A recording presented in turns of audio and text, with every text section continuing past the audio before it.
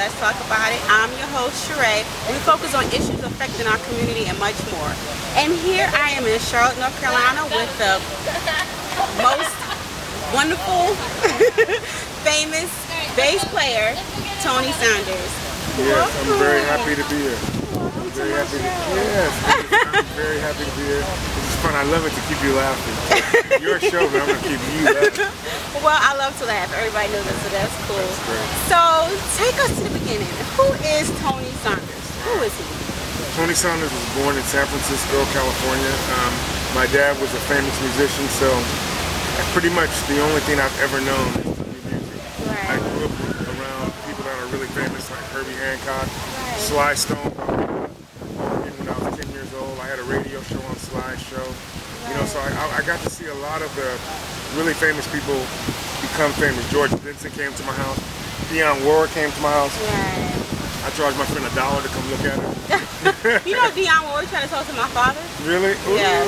Well, my mom got him. Okay, there we go. Yeah,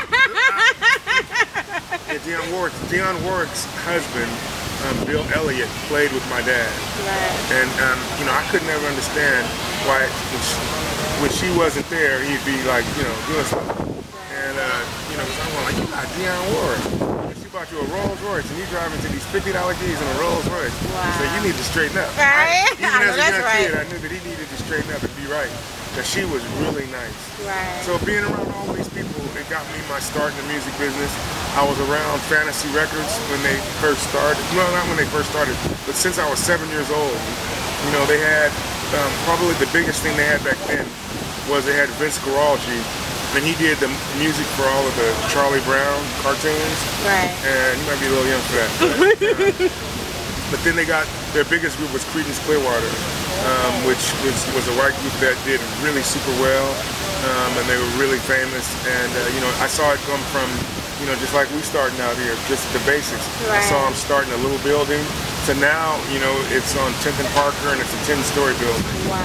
And the guy that I've known since I was a kid, Saul Zantz, has won a couple of Oscars. Right. You know, he did the film One Flew Over the Cuckoo's Nest, and what was the other movie that he did? I forget what they call that movie, but it was about Mozart. Okay. They did a movie about that won an award. So. Wow. You know, but it's really funny because my friends, you know, they'll always say, "There's Saul Zantz." You're walking down the street and they'll go, "Hi Tony, how you doing?" Right. They'll be like, "How you know him?" You know, and it was right. good. Just my dad was around a lot of really famous people. Right. So how was it growing up as a child? Great. It was you know, I saw a lot of firsts. I remember when my dad, when I was in the 2nd grade, we lived in Las Vegas when it was segregated. You know, all the black groups played in the Carver House Hotel. Wow. And there were only a few that went in, that played on the Strip, like where Sammy Davis and Frank Sinatra and those people were. And it was Ella Fitzgerald who I would go see. And she was one of the first black people that refused to go in the back door. All the rest of the people had to go in the back door. We weren't even allowed to go in the front door to look at it, although they would pay to see us play. So, you know, I was on the tail end of segregation, so that put it in my heart to always help my people. You know what I mean? So I've been always at the forefront of helping black people and to get new horizons. You know, I'm always helping kids and always, you know, seeing that they have a better appreciation for who I am and what I am and what I do. So, and one of the soundtracks that your dad, Merl Saunders, composed was for the Twilight Zone. Twilight Zone, yeah. Yeah, we did that for 3 years with the Grateful Dead. Wow. And that was really, really, really nice. And you know what was nice about that show? The budget was unlimited. So we were able to hire the best people. So we had the people who programmed Stevie Wonder's keyboards, Bob Brayla, worked with me, taught me that. I've been in studio since I was 14, so not only do I play bass, I know how to engineer, I know how to produce, I know You have your own studio. Yeah, I have my own right? studio. Yeah, I just opened a new one called 1281. Okay. And 1281 Studio, it's really slamming. All right. It's really good. Right. We got just a lot of an amazing music coming out of there. Cool. And people come, it doesn't matter the style or, you know, I work with young kids, as, you know, they be slanging and, you know. Yeah. You know, I actually was in Atlanta. I worked with, he's doing papers so I can see his face right now. Help him build the studio. It was, you know, Big Boy. Okay, from Outkast. Oh, Outkast. Okay, so I worked with those guys and helped them do some stuff, and you know, it was really good to be around the kids. Right, Like people, young people, to bring them awareness to music. What I've done with a lot of the rappers is I've introduced them back to music. Instead of making beats and making them change, you know, I've introduced them to music. I said, well, why don't you do this music change here? And, you know, then that'll be something different. So, you know, showing kids music. And I'm a big Tupac guy because when I taught at school, I taught at high school in Mill Valley, California, and Tupac went there. When he moved from Philly. And so in the 9th grade, this little kid, like, he'd come walking in, and you know, he starts walking like that. Mr. Saunders, how you doing? I said, man, you know, I'm just hanging. He said, well, you know, I'm just Pop. And he would go to class. He was the squarest guy going to class. He was a square. He hung out with the white kids. You know, with the drama. He had really good grades. He was a great student. But at lunchtime, he'd go with his partners, and they'd be, you know what I'm saying? And he had a good and they'd be rapping. But he was really good at it. You know what I mean? And he was a nice kid.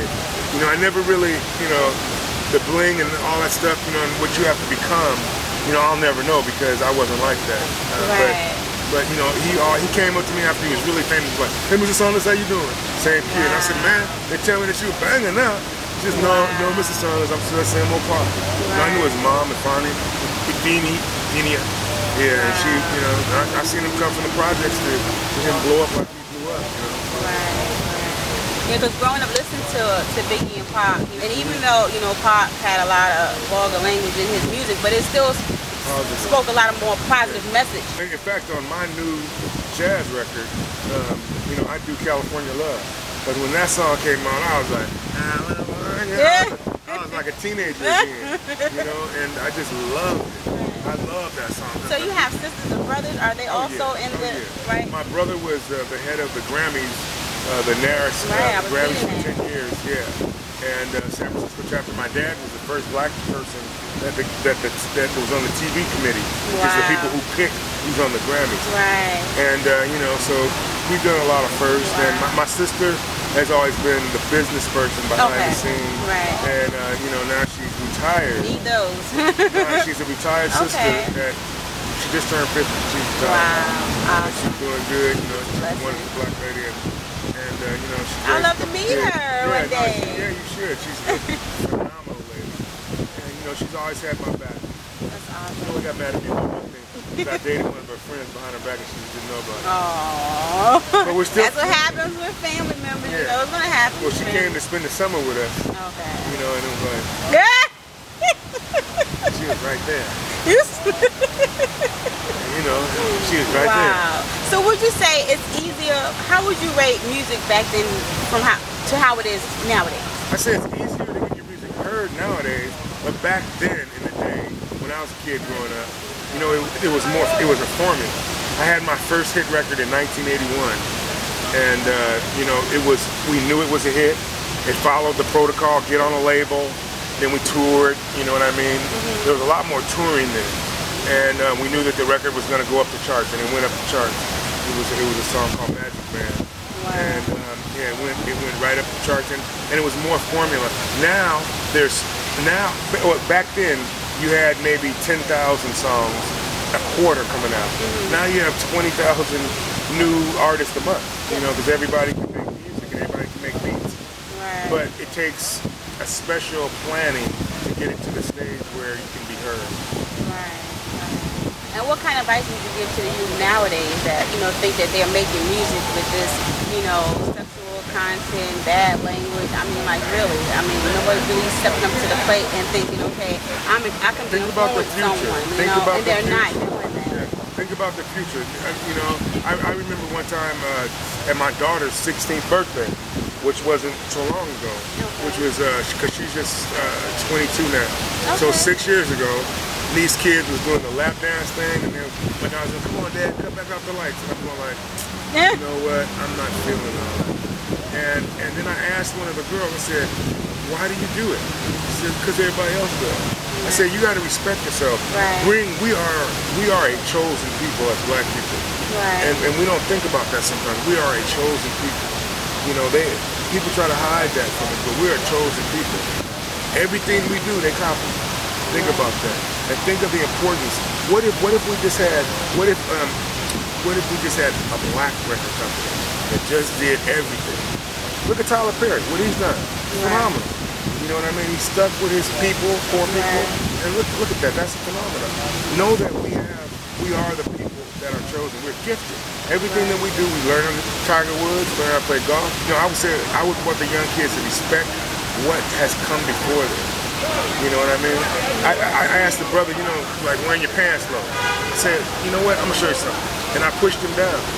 And I took off running. Because he could, if he would have got a hold of me, he would have beat me up. But I said, that's what I just want to show you. Right. I said, you know, there's nothing you can do to me. You know, I can hit you in the face, and you know, that doesn't represent something positive in jail. You know what I mean? It looks cool. You know, I don't do it, but you know, I give y'all some I think it looks sloppy. Really ask me. Well, and plus what it represents is that I'm available in jail. Right. You know what I mean? Right. And meaning behind it is like, the meaning behind it is like, well, why is this something that we strive to be? Plus, you can't chase nobody. If somebody pushes you, you hold up your pants and try to walk. How you gonna defend yourself? Hey, OG like me, I knocked over the young brother in front of his girl, and he was totally embarrassed. I had to be embarrassed. Oh, he was totally embarrassed, and he cussed me out for about an hour. Wow. But then it made sense to him. And then he pulled up his pants. Wow. He said, Tony, I'm gonna show you something.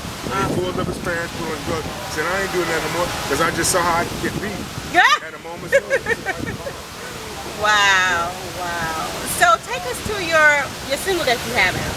My single that I have out is called Bigger Than Outside. Okay. It's doing really good. It's been on the charts for 7 months. Awesome. You know, and you know, you gotta like that kind of thing. You know what I mean? Especially, I'm a new artist at 56 years old. So it's all possible. You know what I mean? I go out, we toured with Jeffrey Osborne a bunch, and we've been having the time of our life. You know, and they got some more singles come out. And then on your show, you can know first. My next record, we're in the planning stages. We're working with Larry Dunn and Howard Hewitt. So we got a new song coming out. You know, that's gonna be something for you kids. Okay. Also, you have Romance the Bass. Romance and the Bass is my first album. Came out October. Now I got a new album coming out in January of 13. Okay, cool. It was Howard Hewitt and Larry Dunn. It's really exciting. And for me to work with one of the founding people on Earth, Wind & Fire, the brothers down, you know what I mean? Normal people, you know, and that what hasn't dissuaded me. Most of the famous people I've met have been really, you know, really nice people. Right. And that's good when you can meet some people like yourself and some of the other people that I met that are really down to earth, really cool. Yeah. You know, you gotta stay that way. Encourage you at the same time, you know. It takes time because they don't have to, you know. So I really appreciate you guys. No, you know? we just awesome. We you know, people just showed me the way. And you know, I was blessed to be in a good situation where I got to play gospel music, got to play jazz, got to play pop music, you know, and be around with coming up. You know what I mean? The producer that I grew up under, one of them, Narda Michael Walden, I remember when Whitney was this little skinny kid came in. You know what I mean? And saw her, Lisa Fisher. How can I ease the pain? Wow. Yeah, I remember when she was working on her record. When Aretha did Freeway of Love, I was there. You know, so I've seen all these great people do great things. So I just try to keep doing great things for our young people. Right. And you're here once again, like I said, you're here in Charlotte at the Hilton. You got a show. We got a show tomorrow playing with the Jesters, who is which is a prime example. This organization has a lot of bankers. You know, they have a lot of people in the Fortune 500, and they fly us all over the world playing these gigs.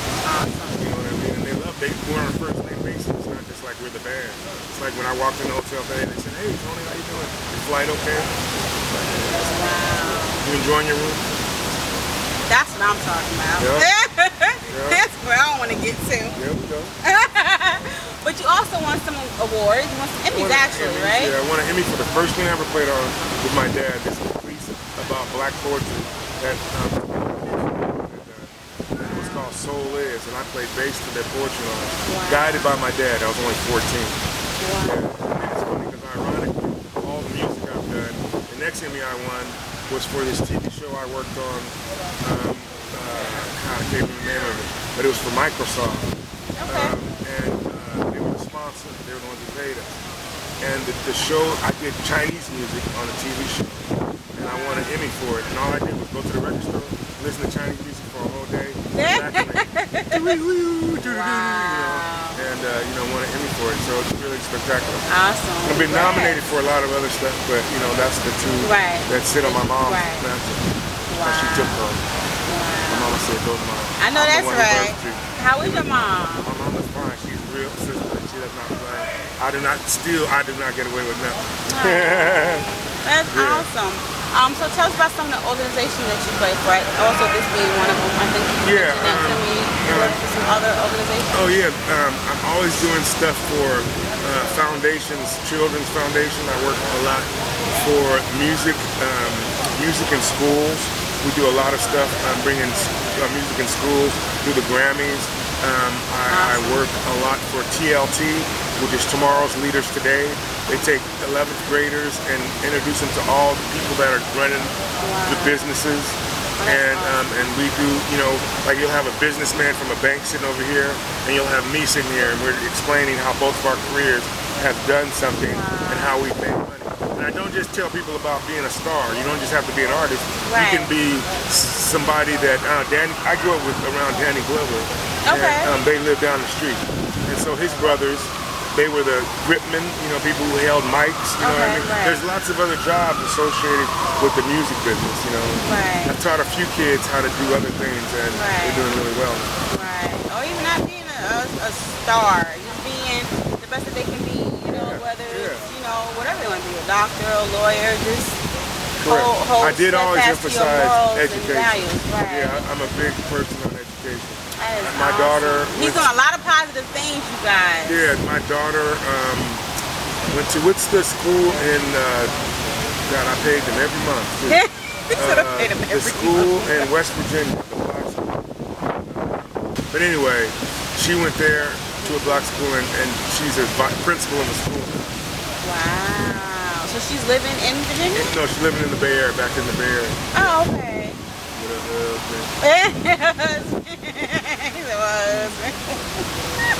Both my daughters are there. You know, it's funny. Can I just say this really quick? A dad's worst fear. You know, and okay, so I wasn't really a dog, but I dated a few women when I was in high school. But you know, when my daughter first came home, and she said, "This is my boyfriend. This is the fella." And I told him right off the bat, I said, "I can't be friends with you because I don't know. You're going to do something right to my daughter." He was like, "Oh, yeah." And he was the nicest person in the world. But just that first time, I get used to it. Aww. But I got three daughters. Proud. Yeah, they all had babies this year. Okay. My oldest daughter, Cinnamon, just graduated from Cal State. At 30, she got her 2 degrees. Wow. And then my Emma, she got her degree, and then I have one that is in the Army, and she's about to upgrade. That's awesome. That's awesome. They all had a baby within a year. They all. That's crazy though that they all have all the same thing. Wow, all sisters. Well, let everybody know where they can go to, you know, to find out anything about me. You can go to www.tonysaunders.com. You can hit me on my Twitter at @SaundersBass. You can hit me on Facebook at Tony Saunders Bassist Producer. And you know, and if you go to my website, you can actually get how to, you can email me at info@tonysaunders.com, and I will get back to you. I'm always helping people, so I will get back to you for sure. Right, and check out his music and purchase his music because it's very relaxing. I heard some of it. Yes, relaxing bass. It's for that late night. We always set it up for you guys. Let your women hear the music, and you be saying Tony at the end of the night. Oh, Lord. Well, I want to thank you for coming on to my show. It's been a pleasure sitting here interviewing with you. She's getting ready to take her first flight in the next 3 months, and then we'll be back on the show once again because I will have to, she'll be like, that'll be reason her mouth is open because she will have just taken her first flight that I can listen to. I don't know. I don't know. But have a good night, everybody. And remember to, let's talk about it. So silly. Yes. This guy. Everybody know I am afraid of elevators. And I arrive at the Hilton and we have to go up a flight. Yes, one flight, but so what? And he makes, I'm literally trying to break away from him. And he was not trying to let me go. And I did get on the elevator, yes I did. The doors closed like this. It wasn't like this, it was like this. So it wasn't too bad. But I'm going back downstairs. No, she's going back down the elevator. It's only fair that the way you come is the way you should leave. And I'm sure that you guys will agree with that. And this is just one step in change that she's doing. She's doing big things. I'm really proud of her. I'm really glad to be here in Charlotte with her. And she is going to be doing new things like riding in elevators, flying on airplanes. It's a new invention they have called airplanes. It's a new invention. So he says, right? So we're going to be doing another interview in Los Angeles, California, sometime this year. Oh. And that will be 4.5 hours on a plane for like grabbing the like she's going to do it. And I'm there for her to do that. Oh my gosh. Pray for me, you guys. Pray.